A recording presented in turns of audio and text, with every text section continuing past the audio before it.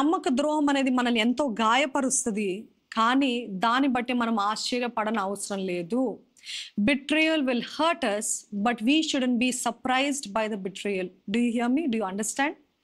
అందరి జీవితాల్లో, మరి ముఖ్యంగా దేవుని సేవించేవారు లేకపోతే ఎక్కువగా ప్రేమించే వారి జీవితాల్లో నమ్మక ద్రోహం అనేది ఇట్స్ ఇన్ఎవిటబుల్. ఎవరో ఒకరి ద్వారా ఎవరో ఒకరు మనకి ద్రోహం చేస్తారు.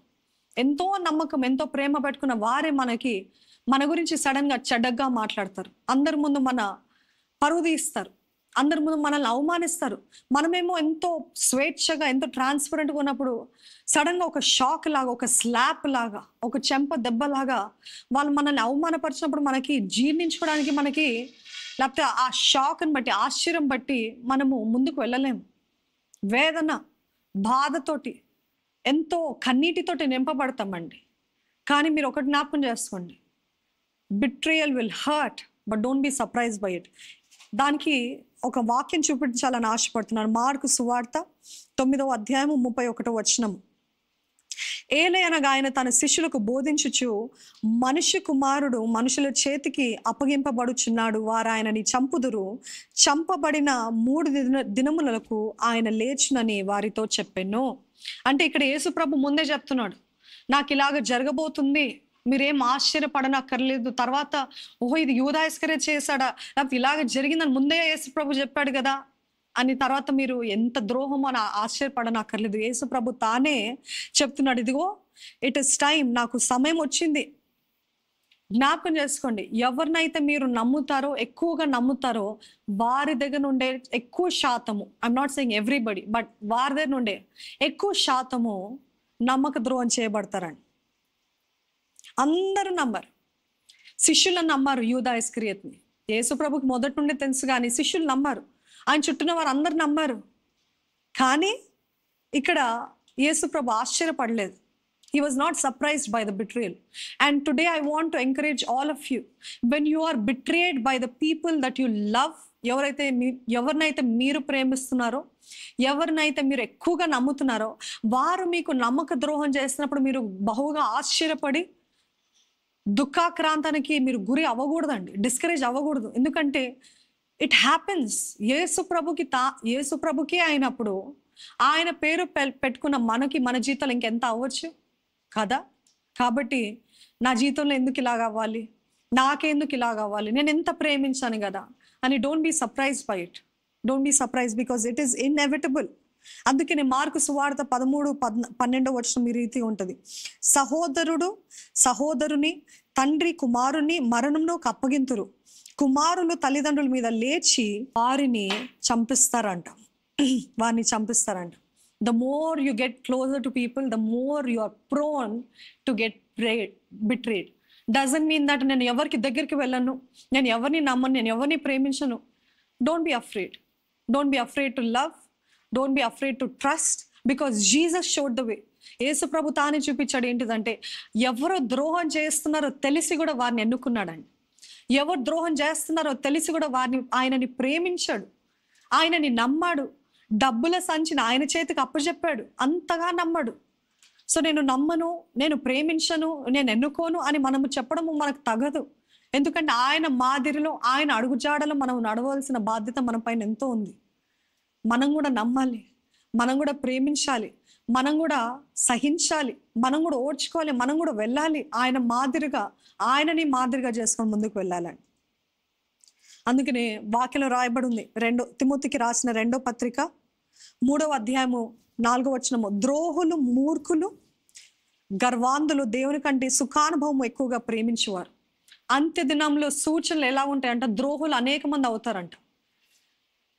In the end times love grows cold అని ఆయన వాక్యం తెలియజేస్తుంది. ప్రేమ చల్లారిపోతుంది, ద్రోహులు అనేక మంది అవుతారంట. అంటే మీరు నమ్మిన వారే, మీరు ఎంతో ప్రేమించిన వారే మీకు ద్రోహం చేస్తారు అని యేసుప్రభు ముందే చెప్పాడు పౌలు భక్తుడి ద్వారా. కాబట్టి డోంట్ బీ సర్ప్రైజ్డ్. మీరు ఎందుకు సర్ప్రైజ్ అవ్వకూడదు, ఎందుకు మీరు ఆశ్చర్యపడకూడదు అంటే, ఎందుకు ద్రోహం చేసేవారు ఇలాగ చేస్తున్నారంటే వారి స్వార్థం కోసము, వారి గర్వము కోసము, వారి అహము కోసము, లేకపోతే వారి పాపము కోసము, వారి దేహాన్ని పరచడం కోసము వారు మీకు ద్రోహం చేస్తున్నారు, మీలో ఏదో తప్పు ఉందనో, లేకపోతే మీరు అన్వాంటెడ్ పర్సన్ అనో. చాలా మందికి ఈ ఆలోచన ఉంటుంది, నాకు ద్రోహము చేస్తున్నారంటే, నన్ను ఇంతగా గాయపరుస్తున్నారంటే నాలో ఏదో లోపం ఉంది, ఐఎమ్ అన్డిజర్వింగ్, నాకు చేత కాదేమో, ఐఎమ్ నాట్ గుడ్ లుకింగ్ ఏమో, ఐఎమ్ నాట్ హ్యాండ్సమ్ ఏమో, ఐఎమ్ నాట్ బ్యూటిఫుల్ ఏమో. No, it's not about you. Remember that it's not about you. It's about the sin and the selfishness of the other person. మీరు మీ హృదయాన్ని నిజాయితీగా, యథార్థంగా దేవుని వైపు చూస్తూ ఆయనకు నమ్మకంగా ఉంటూ, మనుషులకి, మనకు అప్పచెప్పిన మనుషులకి నమ్మకంగా ఉండేది మన బాధ్యత అండి. వాళ్ళు మీకు ద్రోహం చేశారని మీ బట్టి ఇది నా తప్పే అని అనుకోకూడదు. It is not your fault, it is their fault. It is because they are prompted by the enemy and they have obeyed the voice of the enemy. That is why they're doing that. ఆ sin, ఆ selfishness, ఆ స్వార్థం, ఆ పాపము కోసం, లేకపోతే ఎంతోమంది వారి అహాన్ని తృప్తిపరచడం కోసము వారు ద్రోహం చేస్తుంటారు. కాబట్టి యూ డోంట్ బీ సర్ప్రైజ్డ్. పరిశుద్ధుడైన దేవా, నీకు స్తుతులు, స్తోత్రాలు, వందనాలు చెల్లిస్తున్నానయ్యా. ఇచ్చిన ఈ సమయాన్ని బట్టి నీకు కోట్లాది వందనాలు. ఈరోజు తండ్రి, ఇస్కరియోతు యూదా గురించి ధ్యానించడానికి నువ్వు ఇచ్చిన సమయం బట్టి, అవకాశం బట్టి, నీ కృపను బట్టి, నీ వాక్కును బట్టి నీకు వందనాలు ప్రభా. యేసయ్యా, నువ్వు ఎంత చక్కటి మాదిరిని మాకు ఇచ్చావు ప్రభా.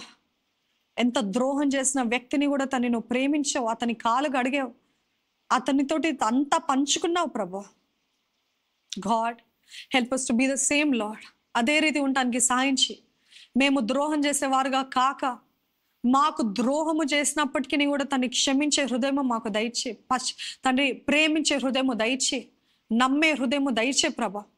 ఎటువంటి గాయముతోటి నింపబడిన హృదయమైన ఇప్పుడే యేసు నామములో ఆయన ద్వారా ప్రతి గాయపడిన హృదయము మాన్పివేయబడును గాక, స్వస్థపరచబడును గాక అని యేసు నామంలో వేడుకుంటున్నాను ప్రభా.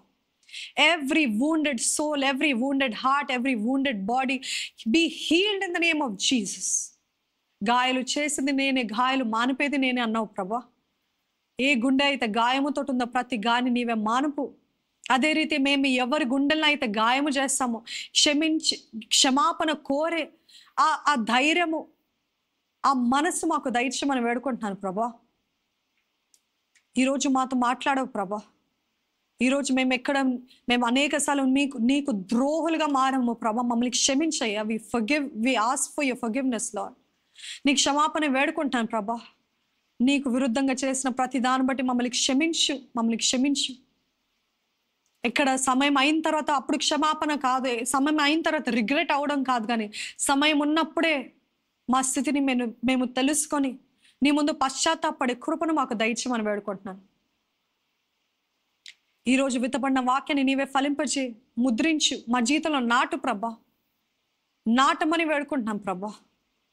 ఈరోజు ఎట్టి పరిస్థితుల్లో ఉన్న అపవాది ప్రేరేపణకి లొంగకుండా నీ ప్రేరేపణలు తగినట్టుగా జీవించే కృపను మాకు దయచేయమని వేడుకుంటున్నాం తండ్రి. రేపు ఎల్లుండ కూడా ధ్యానించబోయే తండ్రి, మేమందరము కూడి నీ సన్నిధిలో ధ్యానిస్తున్నప్పుడు నీ ఆత్మకార్యాలు జరిగించు. మా జీవితంలో మార్పుని దయచి, మా జీవితంలో ఫలితము దయచి, మా జీవితంలో ఫలభరితంగా మార్చి నీ ఆత్మకార్యాలని కొనసాగింపజేయమని ప్రభు యేసు నామములో అడిగి వేడుకొంచున్నాను తండ్రి. ఆమెన్.